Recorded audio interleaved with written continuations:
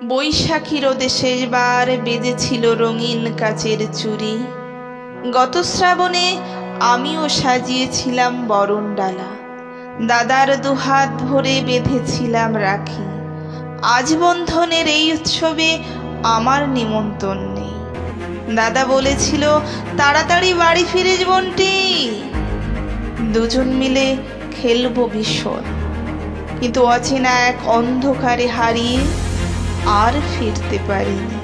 ওদের লালসার ধারালো অস্ত্র আমার খুকুমনি ডাকটা নিল কেড়ে। বছরের ঘূর্ণিপাকে জীবনের মালা থেকে ঝরে গেছি আমি। উৎসবের উঠোনে আজ নেমেছে হাহাকার। বৃষ্টি মুখর শ্রাবণ বেলা, তবু আমার স্বপ্নে দাবা নয়।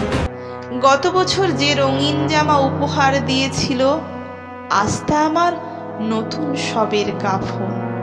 এক হাতে পরিয়েছি রাখি, অন্য হাত নরপিচাসের মতো।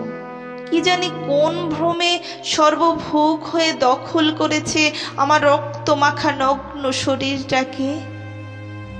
আমার চিৎকার সেদিন শব্দ দূষণ ঘটায়নি, তবু সমাজ আমায় পরিচয় দিল খারাপ মেয়ে। 9 বছর বয়সে ক্যান্সারে যদি আমার মৃত্যু হতো, কোনো দুঃখ ছিল না। আমাকে কেউ খারাপ মেয়ে বলতো না। তুমি বিশ্বাস করো দাদা, হাত জোড় করে বলেছিলাম, আমি তো তোমার বোনের মতো। কিন্তু ওদের লালসার হিংস্র চোখ আমার কথা শুনতে পায়নি। আমি তো চেয়েছিলাম সাজবো আমার মনের মতো, তোমার দেওয়া উপহারে। নাচবো, গাইবো প্রাণ খুলে, মন পোড়াবো কৃষ্ণচূড়ার লাল আগুনে। এক নিমিষে জীবনের অধ্যায়টা বদলে গেল। কিসের উৎসব, কিসের রাখি বন্ধন? ইতিহাসের পুরনো পাতাগুলো ছিঁড়ে ফেলো। আমার মতো সবাই বলে যাক বাস্তবের কথা।